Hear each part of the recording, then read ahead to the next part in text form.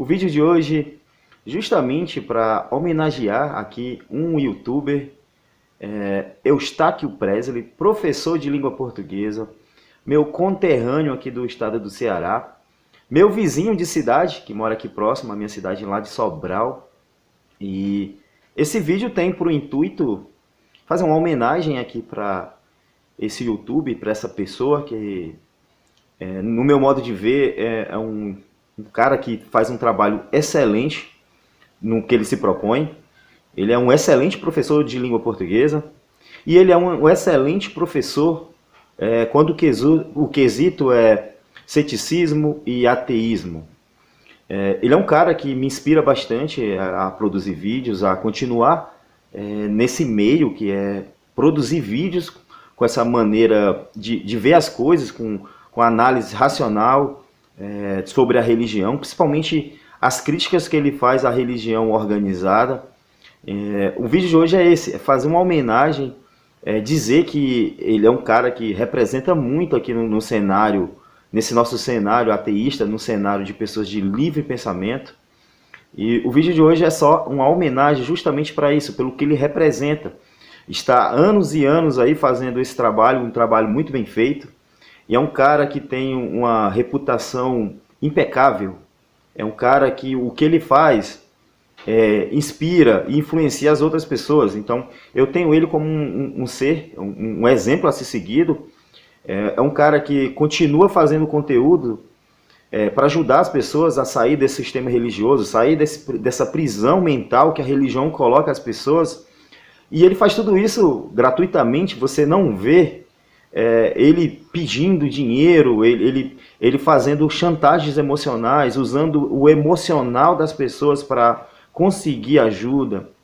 Ele é um cara que, para mim, ele é um exemplo de um homem, exemplo de pessoa, exemplo de cidadão. E ele é um youtuber para mim que vale a pena você chegar no canal dele, vale a pena você acompanhar os seus vídeos, vale a pena você ver os argumentos que ele tem contra a religião, contra essas religiões organizadas, como o cristianismo, religiões teístas, que pegam as pessoas, que doutrinam ela desde criança, e ele ajuda você, ele traz ali para você questionamentos racionais, válidos. Ele é um cara que entende muito de Bíblia, ele entende muito do Novo, do Velho Testamento. E o vídeo de hoje é a minha pequena homenagem para você, o meu amigo Eustáquio Presley, professor, e a gente está marcado. Bom dia! Hoje são 22 de agosto de 2022, segunda-feira, Brasília, Distrito Federal, Brasil. Para esse vídeo, vou trazer aqui mais um trecho do livro É uma Pena Não Viver, uma biografia de Rubem Alves, escrita por Gonçalo Júnior. Antes de entrar no vídeo, vamos aqui com Elvis Presley. Está em cartaz em todo o Brasil, continua em cartaz ainda, aí na sua cidade, o filme Elvis, um pouco da história de Elvis Presley. Vá lá ao cinema assistir ao filme, vá lá, muito bom. Então vamos aqui com Elvis. Vou cantar aqui uma música que Elvis adorava, não é dele. E essa música foi tema do filme Ghost, com o Patrick Swayze, aquele ator bonitão que faleceu em decorrência de câncer no pâncreas.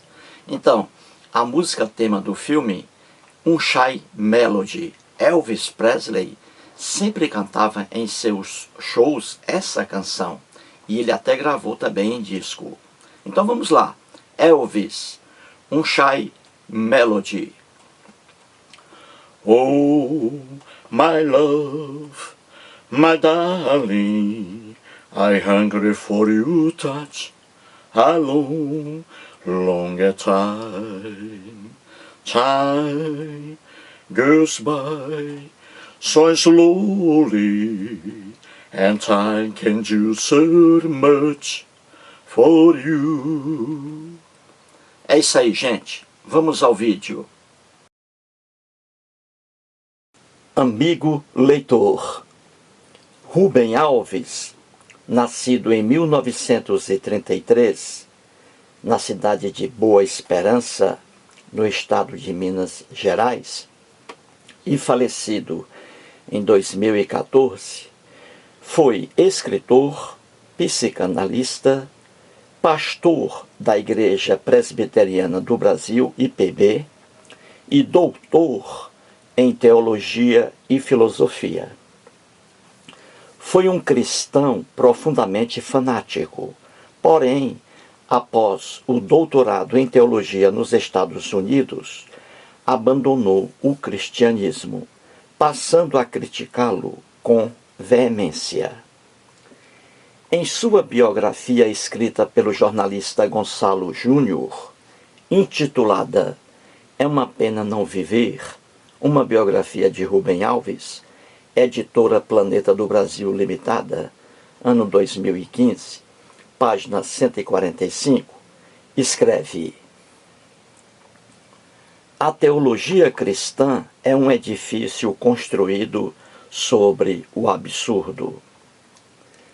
Ateneia Araújo, em seu canal no YouTube, publicou, no dia 28 de julho do corrente ano, um vídeo com o título A Ideia de Pecado.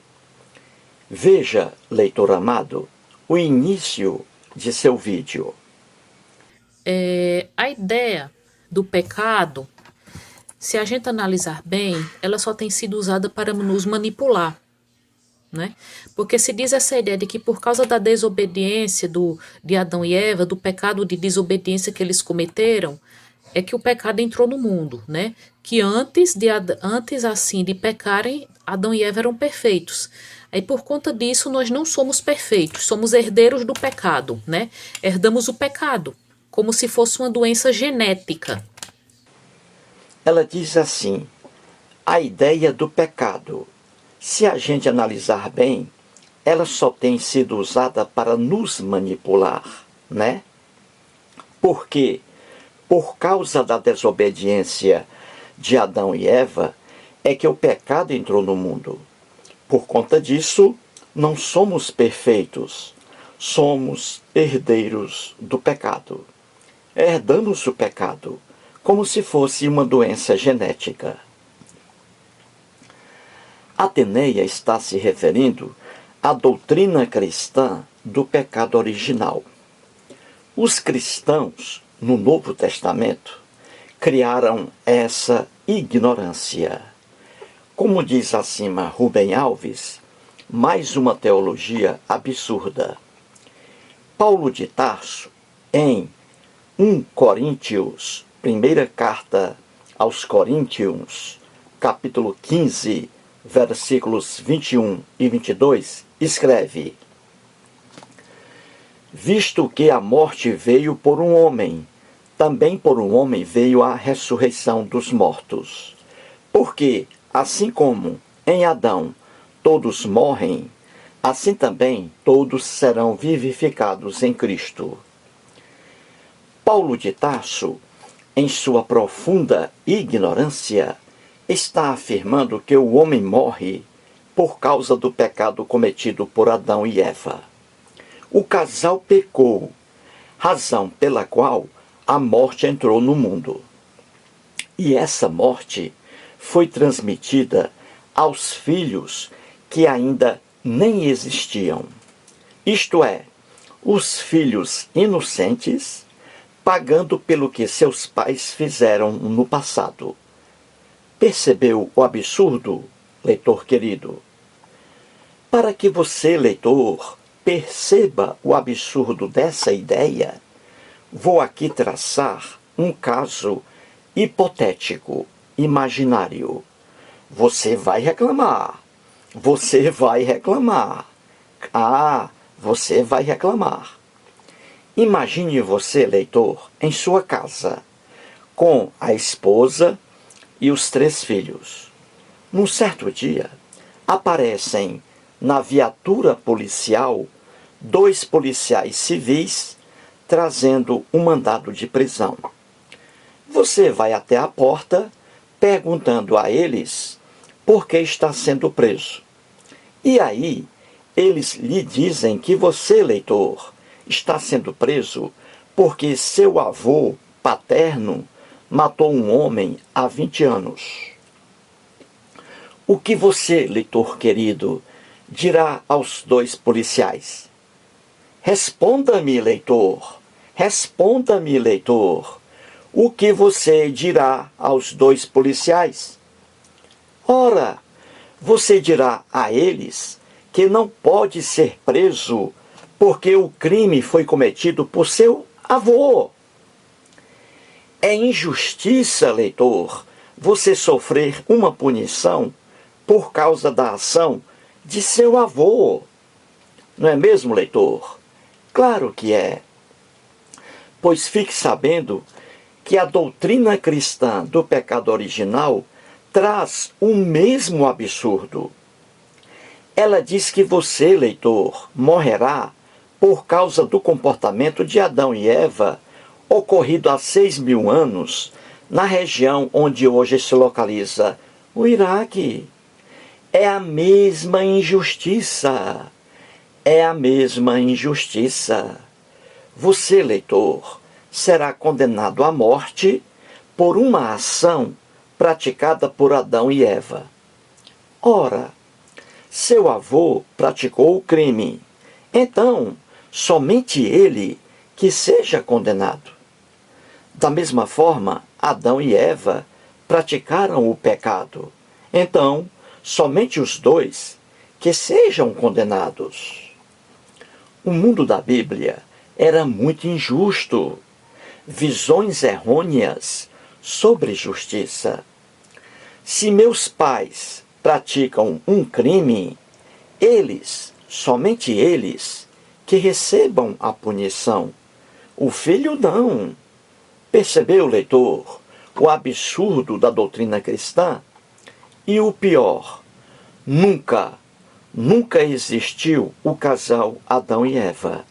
Até o Papa Francisco sabe que aquele relato de Gênesis foi uma criação de um escritor hebreu. Logo, a doutrina cristã do pecado original está apoiada numa lenda e não num fato histórico.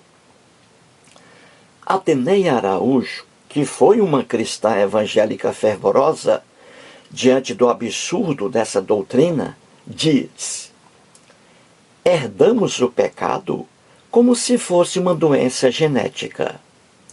Muito bem, muitas doenças genéticas são transmitidas dos pais para os filhos. Doenças,